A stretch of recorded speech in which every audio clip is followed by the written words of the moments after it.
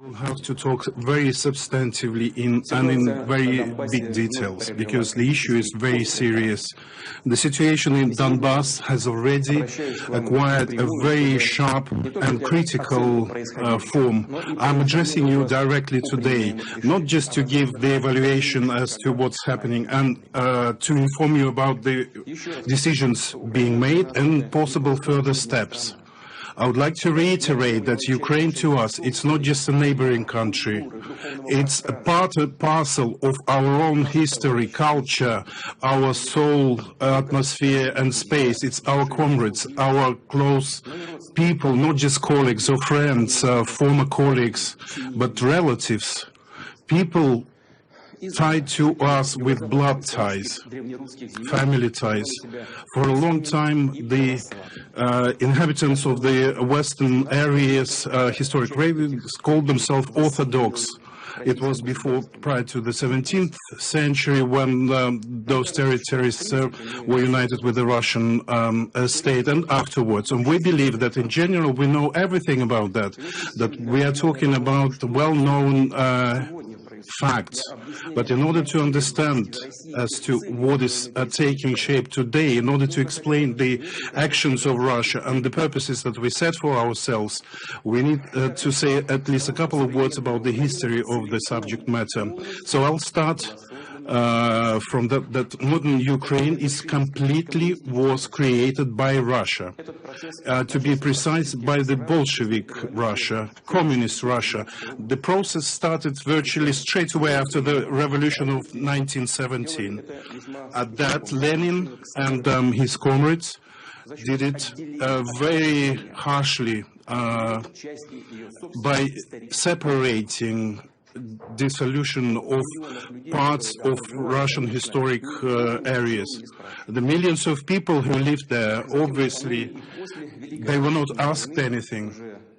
Then on the eve and after the Second World War, Stalin joined to the USSR and gave to Ukraine some territories that used to belong to Poland, Hungary, and as a compensation, he also gave some real German territories. And then in 1954, Khrushchev, for no reason, took away Crimea and gave it to Ukraine. So that's how the territory of the Soviet Ukraine was formed. And now I would like to pay special attention to the initial period of the USSR creation. I believe for us it's important. So we'll have to start from afar. I would like to remind you that after the 1917 revolution, which took place in October, and then after the Civil War, the Bolsheviks started to build the new nation, the new state, and they had very sharp separations between them. And Stalin was the general secretary of the Russian Communist Party of Bolsheviks and the head of the National Party. He suggested to build the country on the autonomy basis, and the future units would have wide rights to join one single state. Lenin criticized that plan and suggested to make compromise to the independence. And these Lenin ideas of the confederative state design and the self-determination for ruling, so that was the basis of the Soviet state machine. And then in 1922, they were fixing the declaration of the formation of the USSR, and after the death of Lenin, they were fixed in the constitution of the USSR in 1924. So here we have straight away many questions, and the main one: why would they have, for no reason, satisfy all these demands, and they were growing, these demands of the nationalists, to transfer to the newly created and willy-nilly created, quite often, the Union republics, huge areas which didn't have anything to do with them whatsoever, and to transfer them with the population recapitulation of the historic Russia. Even more so, the fact these new administrative units, they gave the status of national state formations.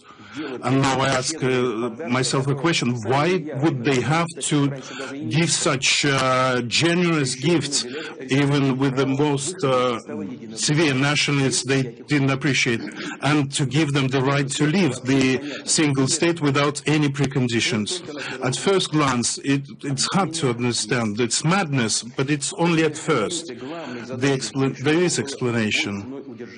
After the revolution, the main task of the Bolsheviks was, and to that end, they would go to and do anything. The denigrating Brest peace agreement, when Kaiser and the Germany were in the dire straits economically wise, and at the end of the First World War was almost determined, and they would follow any wants and any demands of the nationalists. And from the point of view of the national history of Russia, Lenin's decisions were not just a mistake. As we say, it was much worse than a mistake. After the breakup of the Soviet Union in 1991, this became absolutely clear.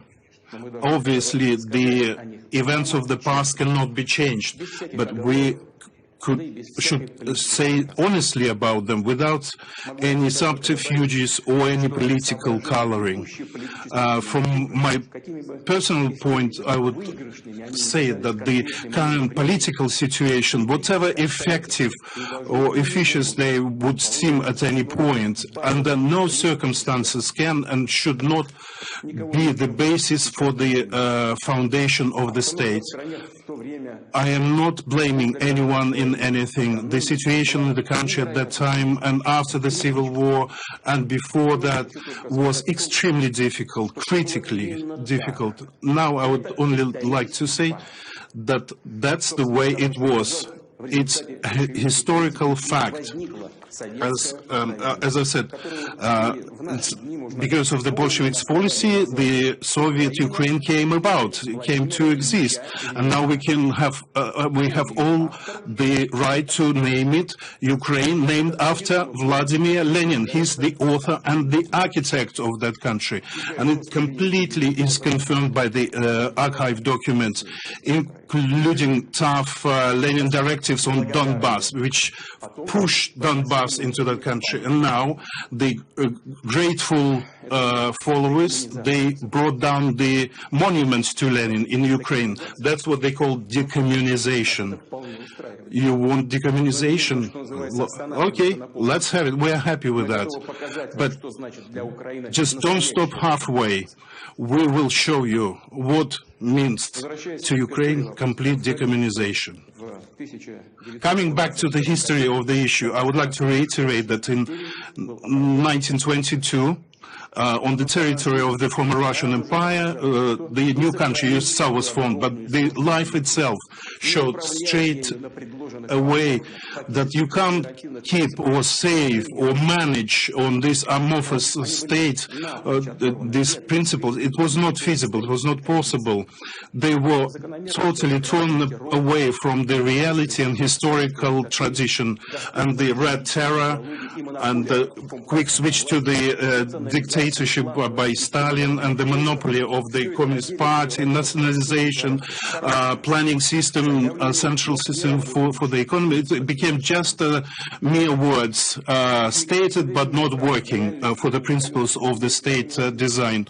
No sovereign rights were not given with the republics, but in practice it was severely centralized, totally unitized state. Stalin, in fact, fully realized not Lenin but his own ideas of the state design and state machine.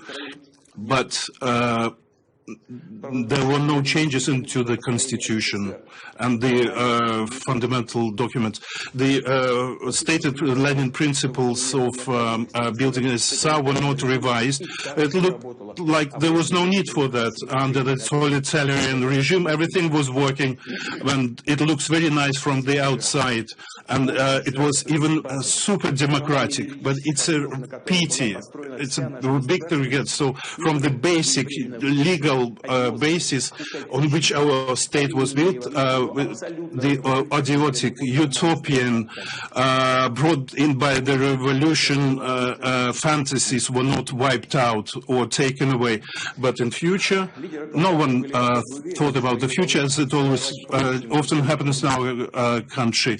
The leaders of the Communist Party thought they created a very robust system, and following their policy, they solved all the national issues. But falsification, swapping the rationale, playing with the people's mind cost a lot.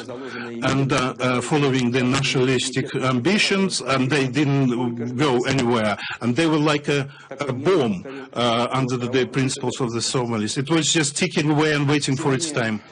And that bomb is the right to leave the USSR, to exit USSR. So in the mid-80s, amongst the social issues, crisis in the economy, national issues, the expectations of the people, and the appetites of the local elites. So everything has becoming very bad.